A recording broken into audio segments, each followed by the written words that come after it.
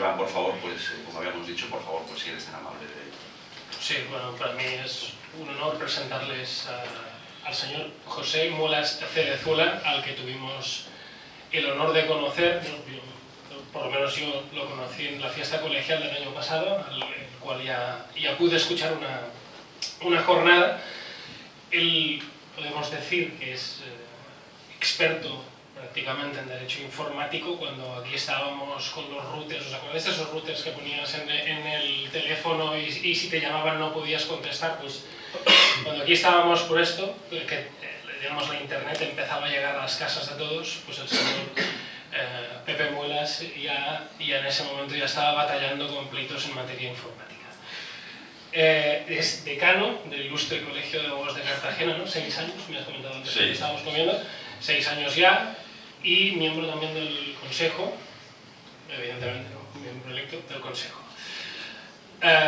Es un magnífico y excelente abogado ejerciente desde hace, ¿cuánto me has dicho? 20 o 30 y pico, me has dicho. 30 desde ya. 30 años ya. Y bueno, sin nada más y para no gastar más tiempo, creo que el ponente se presenta solo hace falta escucharlo, o sea que le cedo la palabra sin más trámite al señor Pepe. Gracias. Bueno, espero no defraudarles, porque yo hoy no tenía que estar aquí. Tenía todos los plazos y vencimientos del mundo, pero el jueves pasado me enredó. Y la verdad es que venir a Tarragona siempre es un placer. Siempre que vengo trato de encontrar un huequecito de tiempo para mirar la lápida de los dos aurigas, eso que tenéis, que es una auténtica maravilla epigráfica. Y hoy cuando me llegaba a comer a un lugar de carretera, me hacía gracia... Sí, me hacía gracia porque... llegado a las 5, ¿no? Porque claro, íbamos por la Vía Augusta, ¿no? Que es la misma vía que sale de mi ciudad, por una carretera, donde hay además también una torre de los Escipiones. Y cuando uno viene a Tarragona, no puede evitar sentir una especie como de vértigo de 2200 años, creo que vaya. Porque los cartaginesos eso lo contamos. Els cartaginesos commemorem el 2200 aniversari del començament de la Segona Guerra Púnica. Gairebé al mateixos en què un veí de la meva ciutat va fundar la ciutat que encara porta el seu nom i el de la seva família, la Bella Barsino, Barcelona. Una ciudad, por lo tanto, hermana de nosotros, pero es que nos fuimos a invadir Roma y los romanos decidieron venir a Tarragona y perdimos. Y desde hace 2200 años no ha habido encuentro de vuelta. O sea, ¿qué le vamos a hacer? Uno viene por aquí y siente que está un poquito en su tierra. Hoy toca hablar de delitos informáticos. No tanto de delitos informáticos, de la investigación de delitos informáticos. Y siempre que se habla de este tema, me asalta la duda de si de verdad entendemos en qué mundo vivimos y si de verdad entendemos la trascendencia o el verdadero significado de las cosas. En 1998 empecé una batalla particular para tratar de comprender qué era eso de la sociedad de la información. Para un jurista entender lo que es la sociedad lo entiende pronto. Pero con la información pasa como con esos falsos amigos que tenemos en otros idiomas, ¿no? En inglés dices carpet y lo traduces inmediatamente al castellano como carpeta, pero es alfombra. O dices constipated y lo traduces inmediatamente como constipado, pero en realidad es estreñido. Y con información, a los juristas nos pasa, con el concepto de la información, a los juristas nos pasa otro tanto, porque creemos que sabemos lo que es la información, pero en realidad no tenemos ni la más remota idea. Así que como voy a utilizar la palabra información muy a menudo en esta charla, me gustaría que, por lo menos al principio, el concepto o la noción de qué es la información cuando hablamos de información, al menos en el mundo de la informática o al menos en el mundo del derecho digital, pudiese quedar un poco más claro. La información no es que el Reus haya llegado a octavos de final. La información no es lo que aparece en las portadas de los periódicos. La información para un informático es una magnitud. Y es una magnitud de naturaleza física. Se llama información porque alguien decidió llamarle información, concretamente Claude Shannon. Pero se podía llamar entropía. De hecho, el propio Claude Shannon trató de llamarle entropía a esa información. La entropía es una magnitud de naturaleza termodinámica. ¿Qué mide la información? Bueno, la información realmente lo que nos dice, lo que nos cuenta es en qué estado se encuentra un sistema. Si usted me decía en Mossos d'Esquadra, en un patio, pues se lo puede encontrar de muchas formas. Pero puede ocurrir que estén informados. Ellos dicen información. Pero se pueden poner de una determinada manera, se pueden poner de millones de maneras, pero una forma concreta, esa es lo que nos cuenta la información, cómo está informado, qué forma se le ha dado a ese sistema. ¿Cuál es la unidad mínima de información? Pues la mínima unidad de información es que haya un guardián, no haya ninguno.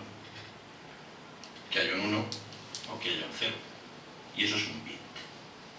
Es decir, los kilobytes, los megabytes, los petabytes, los terabytes son una magnitud que no miden peso ni distancia, miden cantidad de información.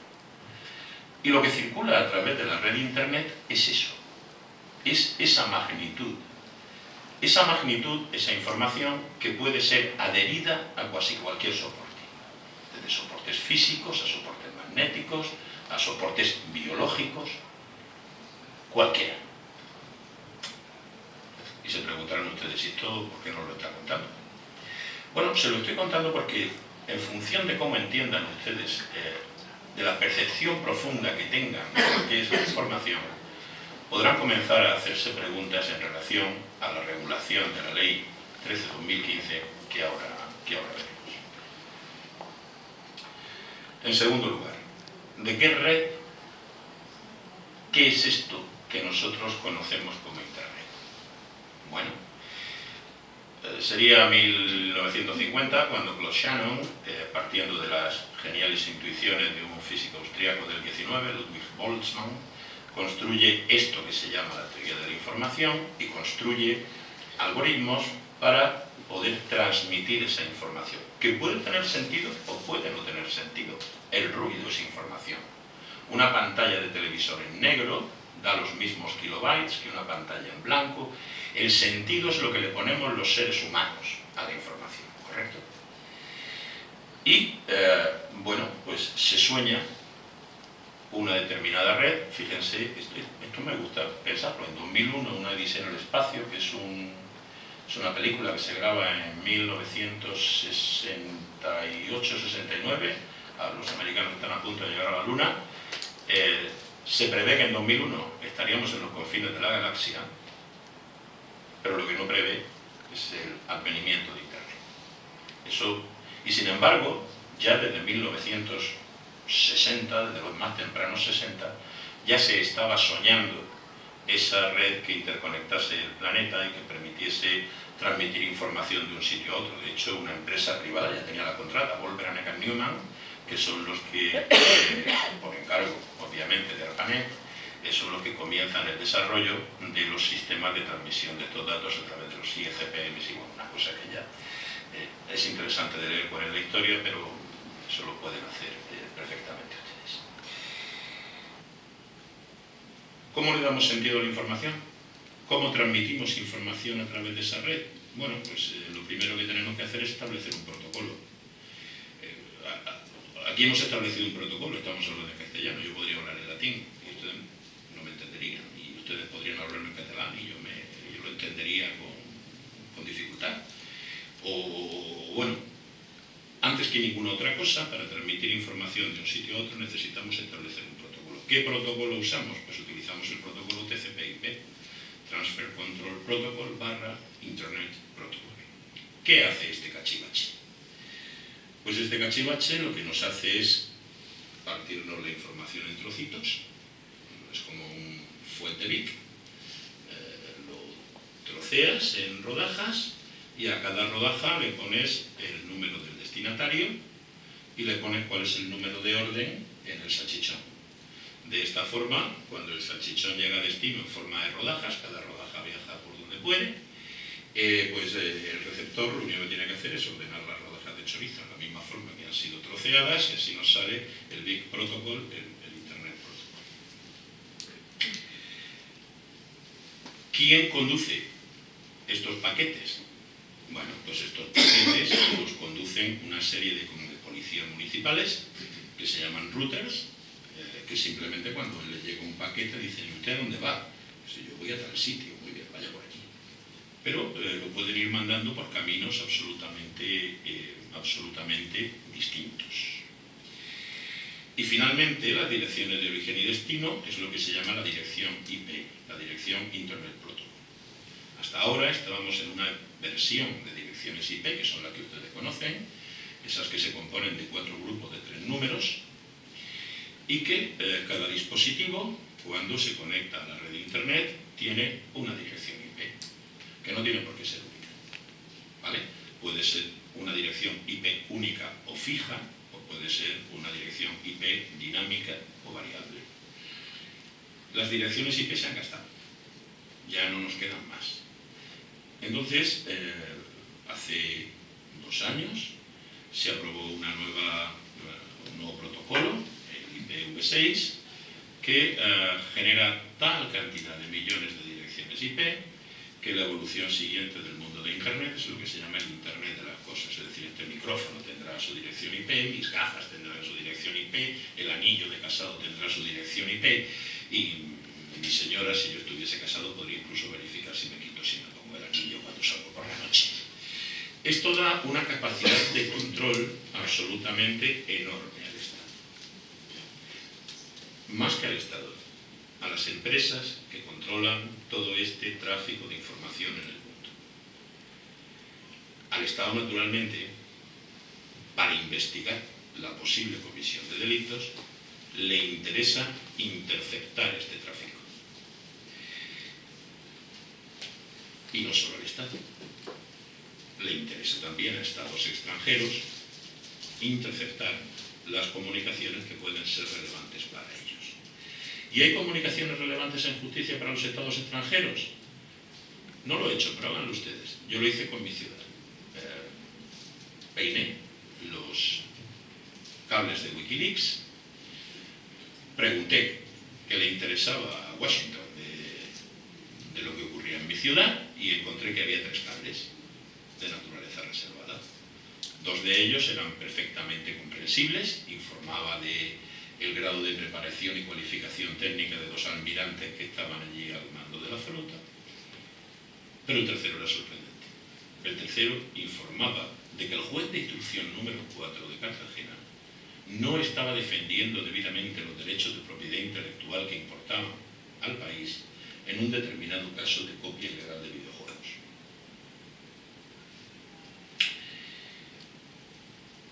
Saben ustedes también que en 2 países, es decir, esto no es una invención, el Parlamento Europeo tiene una manifestación aprobada sobre ello, tienen una red particular, Echelon, seguramente la conocerán ustedes, y que es una red, proviene de una anterior, UKUSA, UKUSA, habla por sí mismo, Estados Unidos, el Reino Unido, establecen una red para captar todas las comunicaciones electrónicas del mundo. Gracias a esa red, gracias a Echelon, logran apoderarse de la oferta que Airbus hacía en una competencia con Boeing. Finalmente Boeing gana, aprovechando la información que Estados Unidos y el Reino Unido habían obtenido gracias a la red Echelon, y finalmente, por carambolas del destino, logra saberse que efectivamente esa información de la propuesta de Airbus había llegado a ser conocida por Estados Unidos y por Inglaterra, que la habían aprovechado en beneficio de una determinada empresa, Boeing. Hay un pleno del Parlamento Europeo en el que se condena esta conducta. Cuando ustedes ven, o cuando ustedes vieron que en determinado momento los servicios secretos españoles obtenían mostraban una particular eficacia en la persecución de determinadas cosas, coincidencia no significa correlación, pero coincidía con el momento en el que mejor se llevaba España con los Estados Unidos de América, de forma que determinadas conversaciones o determinadas informaciones parecían fluir naturalmente a manos de la policía peruana. El flujo total del conocimiento del mundo se mueve ahora en esta red. Y el flujo total casi de sus vidas, nosotros vivimos, actuamos, operamos en la red, nos enamoramos en la red, tenemos novia en la red, nos peleamos con nuestra mujer utilizando WhatsApp, trabajamos con nuestro cliente porque nos manda los WhatsApps y si no le contestamos a las 3 de la mañana se enfada con nosotros porque entiende que un abogado tiene que estar las 24 horas del día dispuesto para contestarle a la primera cosa que a él se le ocurre. A nosotros no nos interesa lo que pueda decirnos el cliente a las 3 de la mañana, pero ustedes saben que hay alguien a quien sí le interesa mucho lo que pueda decirnos el cliente a las 3 de la mañana. Porque si mi cliente me va a contar dónde ha enterrado las joyas que robó en casa de la baronesa, a mí no me interesa nada porque no voy a cogerlas. Pero si aparecen 2 Mossos de Escuadra al día siguiente cavando justo debajo de la higuera correspondiente y encuentran las joyas, yo empiezo a sospechar algo. Cuando anotan por confidencias recibidas se supo que quizá las joyas podían estar debajo de la higuera que había al lado del castillo de Trapaquita. Miedito. Del mismo modo, del mismo modo, la información de cualquiera de ustedes no solamente ofrece aspectos relevantes en lo que se refiere a la posible o posible no comisión de un delito. La información de ustedes ofrece aspectos de la vida de ustedes que sin duda no les gustaría que nadie conociese. Ya les he dicho que ustedes se enamoran, ya les he dicho que ustedes se pelean, que ustedes negocian a través de medios tecnológicos. Y hay partes verdaderamente importantes de la vida de ustedes que cada vez se produce más en esa noosfera o en esa esfera digital, en esa esfera virtual, que desde luego debe ser preservada absolutamente de los estados. Me gustaría subrayar que hay 2 aspectos en esta comunicación: lo que es el dato en sí y lo que son los metadatos. ¿En qué se diferencia un dato de un metadato? Yo puedo llamar por teléfono a usted y tener una conversación telefónica y colgar.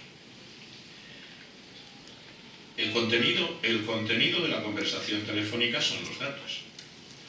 Pero para establecer la comunicación telefónica existen otros datos, además, que nos hablan de esa comunicación.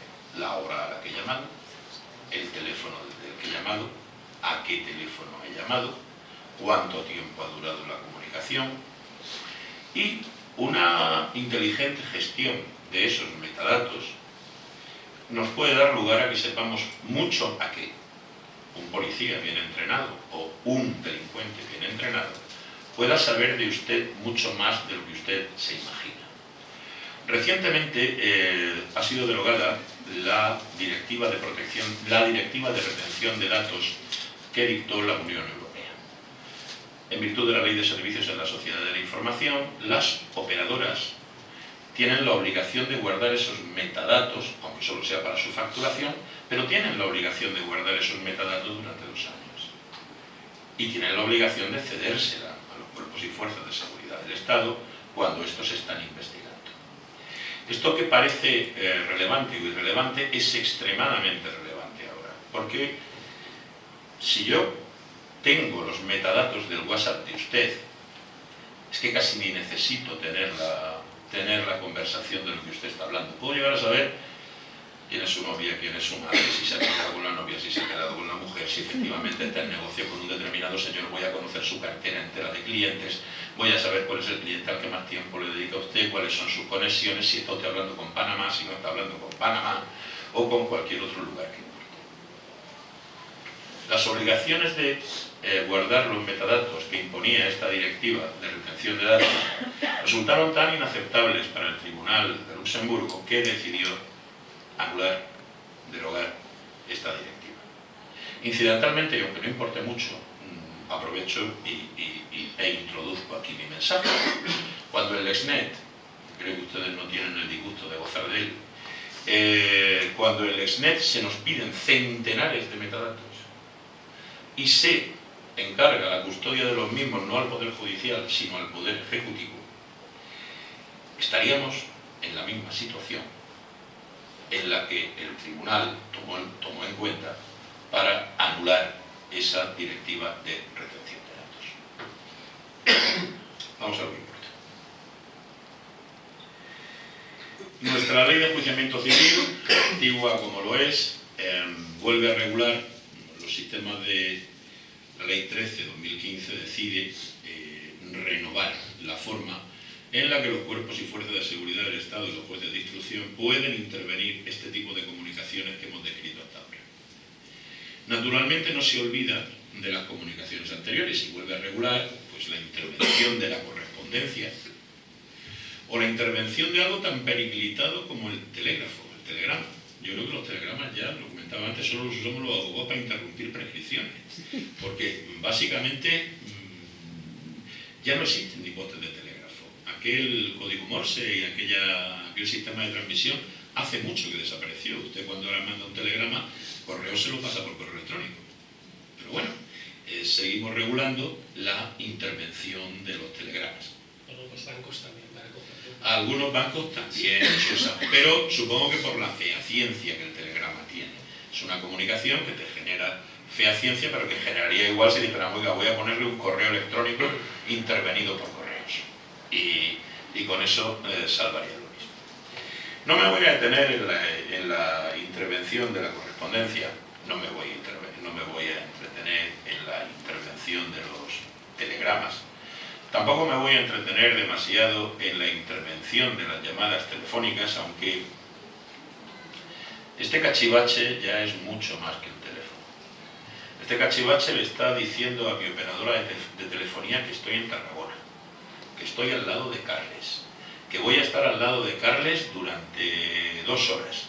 Informará si he cenado o he comido con Joan Crua, porque este cachivache es un geolocalizador. Sí, pues decir, mi teléfono tiene que conectarse a la red, mi teléfono tiene 3 antenas, que aunque mi teléfono esté apagado o no esté en funcionamiento, la red tiene que saber dónde me encuentro y dónde está, de forma que envía sistemáticamente bits, y esto es un geolocalizador que disponen de mí. Cualquiera puede construir qué he hecho en toda mi vida, desde que tengo un teléfono móvil, mientras lleve el cachivache en el bolsillo. ¿Es esto una intervención telefónica? Y esos metadatos, recordémoslo, van a permanecer bajo custodia de las operadoras, de los prestadores de servicios en la sociedad de la información durante todo el tiempo que obliga la ley de la sociedad de la información, de servicios en la sociedad de la información y del comercio electrónico. Por tanto, esto no es un teléfono. Es curioso cómo las prácticas comienzan a imponerse, y comienzan a imponerse prácticas curiosas del tipo, si nos vamos a ver, déjate el teléfono en casa. Y esto lo hacían, yo ya no sé si por paranoia o porque estaban presos de neurosis, pero lo hacían y lo siguen haciendo y lo recomiendan, pues activistas de los grupos del 15M, gente del Partido Pirata, y si tienen que hacer algo secreto, esto no lo llevan en el bolsillo, ni siquiera pagado. Bueno, no me entretendré en la intervención de las comunicaciones telefónicas, porque aquí creo que casi todos los letrados hemos salvado algún pleito gracias a aquellos casos Naseiro y aquella jurisprudencia que desarrollaba en qué condiciones y de qué manera debían producirse las intervenciones telefónicas. Me importa más detenerme en la intervención de esos datos telemáticos que circulan por las redes, por las autopistas de la información. En realidad la ley está llena de sentido común. Si uno la lee, y la lee de forma naif o con ojos simples, entiende que, pues claro, ¿cómo va a ser esto de otra manera? La ley comienza estableciendo unos principios rectores que, como siempre, bueno, el infierno está lleno de buenas intenciones, pero estos principios rectores es natural que se pongan a decir. Uno no puede acordar una intervención telemática si no es proporcional. O sea, para enterarme de si llamaste sinvergüenza a tu vecina, pues estoy poniendo en riesgo todos esos ambientes, o sea, siempre es la guerra entre el derecho a la intimidad y el derecho a la persecución del crimen. Por tanto, lo que la ley establece como primer principio pues es el principio de proporcionalidad, el principio de especialidad, el principio de, oiga, no utilice usted esto si tiene otros medios para conseguirlo, es decir, el principio de necesidad, oiga, es que si no lo hago así, va a ser muy difícil que yo pueda terminar de investigar este asunto. Y todos esos principios, la policía, cuando solicite la intervención, debe explicarlo claramente al juez. Y le debe decir qué intervención pide. No obstante, yo aquí tengo serias reservas que les explicaré según vayamos viendo los diversos medios de intervención que se concede a los cuerpos y fuerzas de seguridad del Estado. Con carácter general, para las tres cosas que voy a hablar, aunque una no, aparte de los mismos principios, es decir, usted tiene una autorización por 3 meses. Si usted me lo pide, yo escucho al fiscal y se lo concedo, usted tendrá una autorización por 3 meses. Y no va a hacer falta que yo declare secreto el sumario, porque en cuanto acuerde una de estas intervenciones, las actuaciones son secretas de forma automática. Cada 3 meses lo revisaré, podré prorrogarlo por plazo de 3 meses y siempre hasta 18 como máximo. Durante esos 3 meses usted me estará mandando la información que haya obtenido de la intervención que ha realizado y yo juez, que no soy, evaluando la información recibida, poniéndola en contacto con los principios que regulan la autorización, la concederé, la renovaré o no la renovaré. Claro, a mí hay cosas que me preocupan. Y no me digan que estoy un poquito demasiado paranoico. Les voy a contar una anécdota. ¿Recuerdan ustedes cuando entró la mujer de Bárcenas a visitar a su marido en la prisión? Llevaba una pizarrita, pero los funcionarios de prisiones le quitaron la pizarrita y le impidieron entrar con la pizarrita. Y uno se queda pensando, ¿por qué? Bueno, la realidad es que tenemos en prisiones un sistema de grabación de comunicaciones en los locutorios, que se llama Marathon Evolution. Ese sistema de intervención de comunicaciones que se llama Marathon Evolution obviamente está operado en tiempo real por un funcionario. El funcionario no sabe en qué locutorio va a entrar usted para hablar con su cliente. Y cada vez que piden información sobre cómo funciona ese sistema, pues claro, a mí me parece bien que con una autorización judicial me graben. Pero ¿qué pasa si se pone solo el audio y no se graba? Y escuchan lo que me está contando mi cliente en prisión. Estoy condenando yo a mi cliente. Claro, es mucho más seguro llevarme una pizarrita. Y dices, pues no le debería molestar, porque si las conversaciones son secretas, ¿por qué les molesta la pizarrita? Pero ya cuando te quitan la pizarrita, empiezas a decir, uy, si me quitáis la pizarrita, va a ser que me estáis escuchando, ¿verdad? O va a ser que queréis escucharme. Pues exactamente igual pasa en el mundo de la intervención de las comunicaciones. En la primera modalidad de intervención de telecomunicaciones, todo está en el artículo 588, porque tiene bis, ter, quater, quinquies, sexis, perdón, septimies. Y en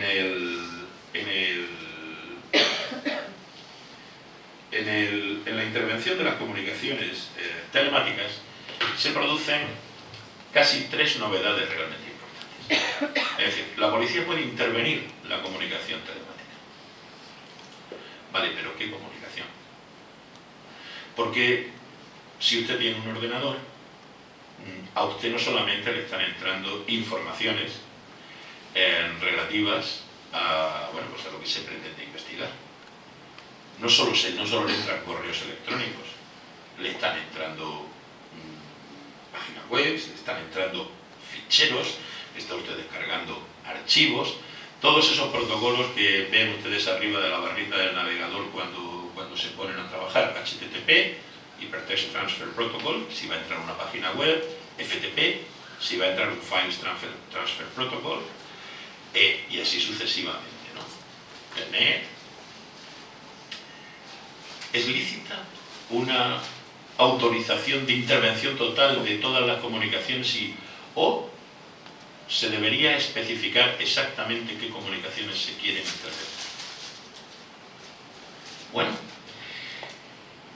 y por otro lado, ¿cómo sé yo, cómo audito yo qué comunicaciones está obteniendo la policía de mí? ¿Cómo lo compruebo? De la misma forma que no puedo comprobar qué es lo que hace Marathon Evolution, porque lo único que voy a recibir es el producto que la policía me mande, eso sí, incluso censurado por el propio juez. Es decir, el juez, cuando recibirá el material en crudo y cuando vea aspectos que no afectan a la investigación o así lo crea él, lo troceará y lo cortará. Y te dará copia de aquellas partes que son relevantes para él. Pero para tu defensa pueden ser relevantes otras conversaciones u otras comunicaciones que no son aquellas cuya copia se te ha solicitado. Tú puedes pedir que se amplíe la comunicación, puedes pedir que se amplíe la información, pero para eso tendrás que recordar el contenido exacto de aquella conversación. De aquellos mensajes o de lo que sea. Esta parte puede presentar algún problema, pero tampoco, quizás sean los menores. Segunda cuestión curiosa. La policía, a partir de esta ley, el juez de instrucción, no la policía, el juez de instrucción, puede autorizar a la policía que te introduzca un programa específico, un troyano, vamos, que te instale un virus que en condiciones normales estaría prohibido y se constituiría un delito, pero te puede instalar ese virus o ese troyano de forma que se dedique a rastrear tu ordenador y a facilitarle los datos que ellos deseen tener. Una vuelta de tuerca más. No tiene por qué ser el ordenador del culpable o del sospechoso del investigado. Puede ser el ordenador de una tercera persona. Y aquí ya llegamos a un punto que empieza a ser peligroso. ¿Saben ustedes lo que es un ataque de denegación de servicio distribuido? Algunos sí, otros no. Bueno, el ataque más típico en Internet, o el delito más típico en Internet, está así además codificado en el Código Penal alemán, es lo que se llama un ataque de denegación de servicio distribuido. ¿Vale? Es lo que hace Anonymous cuando quiere tumbar la web del Mundo Today, o imaginemos que hoy nosotros, o alguien de aquí, decide tumbar el sistema informático de los Mossos, o de la Guardia Civil. ¿Cómo lo hace? Bueno, en realidad es sencillo. Es tan sencillo como molestar mucho. Tú lanzas un paquetito de información al sistema de los Mossos y le dices un ping, por ejemplo, que es una orden típica de haces un toquecito, toc, y el sistema te dice toc. Pero ¿qué pasa si en vez de lanzar un toc, lanzamos trillones de tocs? El sistema de los Mossos, el sistema de la Guardia Civil, comienza a devolver la contestación hasta que simplemente no da abasto y se cae. ¿Cómo logramos generar trillones de bits? Pues es muy sencillo. Hay programas para hacerlo. Simplemente yo lanzo un virus a la red que instalará un mini programa en el ordenador de Carles, otro en el de ella, en el de él, y de pronto tendría una red de 200.000 ordenadores que están infectados con mi pequeño programa que no hace nada, que no les molesta para nada y que está allí tan contento y tan sencillo.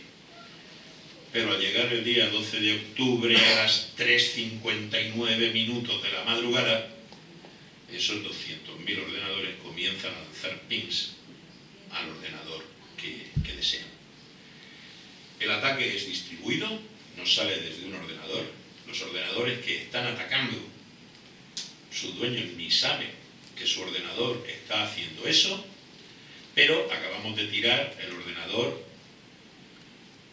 del banco de la señora, que comienza a dejar de operar y que ya no puede funcionar. Eso es un delito y un delito grave. Conforme a esta ley, ¿qué puede hacer el juez de instructor? Bueno, puede intervenir ya no el ordenador del culpable, no el ordenador del causante, sino que puede intervenir los ordenadores intermedios. Esos ordenadores que están en manos de personas que no saben que tienen pues un bot dentro del ordenador. ¿Y ahí cómo se compensa el principio, la intimidad, con la proporcionalidad? Pues claro, lo más sencillo sería decirle: doña Margarita, le han infectado usted el ordenador, déjeme que vamos a mirar quién ha sido el que le ha puesto el asunto. Pero no. Se autoriza a intervenir el ordenador de ustedes. Ahora mismo yo diría que el 30% de los ordenadores de ustedes que hay aquí tienen algún bot de esos, tienen algún malware. ¿Estamos dando con eso carta de naturaleza para que se pueda investigar prácticamente a cualquiera? ¿Están los jueces suficientemente preparados para conocer cuál es la trascendencia de la medida que pueden estar dando cuando esto se produzca? Sinceramente no lo sé. Sinceramente desconozco si un juez sabe lo que es un ataque por denegación de servicio distribuido. Uno de los momentos más patéticos de mi vida fue cuando en un juzgado de Madrid litigábamos una conocida empresa de telefonía y una menos conocida empresa de servicios en la sociedad de la información, que naturalmente era mi cliente, obviamente. Discutíamos una cuestión civil por un problema de deficiente fragmentación de paquetes IP, porque había demasiada fragmentación en un sistema. Nosotros sosteníamos que la culpa era de la compañía de telecomunicaciones, mientras que la compañía de telecomunicaciones afirmaba que nosotros no sabíamos hacer bien la cosa. Yo me llevé al departamento de la teoría de la señal de Alicante para que ejerciera como perito en el juicio. La otra empresa se llevó una colección enorme de ingenieros y al llegar al juzgado de Madrid nos encontramos en un señor sexagenario que nos mira y nos dice: ¿de verdad van ustedes a contarme esto? Se van a salir a la puerta y se van a poner las pruebas. Que me van ustedes a mí a explicar lo que es una deficiente fragmentación de paquetes IP. Yo no sé qué sentencia va a salir, pero vamos. Claro, cuando te dicen eso, dices... si ese señor en vez de en instancia está en instrucción y de pronto le aparecen y le dicen: bueno, tiene usted que intervenir los ordenadores de un grupo determinado de personas, ya saben ustedes que para poder tomar cualquiera de estas medidas el delito que se persigue debe tener una pena de 3 años o superior, o debe ser de grupos, grupos y bandas organizadas, o debe ser un delito de terrorismo, etc. Pero de pronto le estamos poniendo en manos del juez una capacidad que uno se pregunta si el juguete, quiero decir, si el pistolero de verdad sabe manejar el revólver. Sabemos también, bueno, adicionalmente a esta posibilidad que tienen de intervenir ordenadores no solo de investigados, sino de terceros, se añade la posibilidad de acceder a repositorios, a archivos que ustedes tengan. Por ejemplo, usted tiene un archivo en MySpace. La policía llega a su casa, ve que no encuentra lo que tiene que encontrar en el ordenador, que no encuentra el archivo, y dice: pues voy a acceder a tu repositorio que está en MySpace, porque la ley me lo autoriza. Vale, pero ¿dónde está MySpace? Porque puede ocurrir que ese repositorio no esté geolocalizado, no esté en territorio español. Puede ocurrir que estés accediendo a un repositorio ubicado en un país extranjero, y puede ocurrir que estés vulnerando la ley directamente porque allí no tengas el mismo nivel de permisos que aquí, o porque para entrar en los data centers de allí tengas que tener el correspondiente permiso de la autoridad de allí. En la Unión Europea no hay problema, pero es que ahora mismo el forum shopping en materia de internet es muy fácil. Si usted va a poner un casino en la red, no lo va a poner en San Feliu de Guíxols, porque le van a freír a impuestos. Usted se va a ir a Barbuda, porque qué mal le da poner el servidor en San Feliu de Guíxols que en Barbuda. En Barbuda no pagar impuestos, en Barbuda qué mal le da tener el banco en Panamá, en Cataluña. Pues al Estado sí le da, pero los gobiernos de esos esos países, algunos de los cuales son auténticos no paraísos fiscales, sino que cada vez se va generando unos paraísos específicos porque la regulación de Internet resulta particularmente más favorable, naturalmente que tienen un ordenamiento que protege ese negocio que ha generado para el país, que en este caso es la seguridad. La ley también autoriza otro tipo de intervenciones bastante más pedestres, es decir, bueno, pedestres. Ahora la tecnología permite colocar un micrófono direccional y grabar su conversación con una tercera persona, incluso en una vía pública, a grandísima distancia. La ley lo autoriza, la ley lo regula.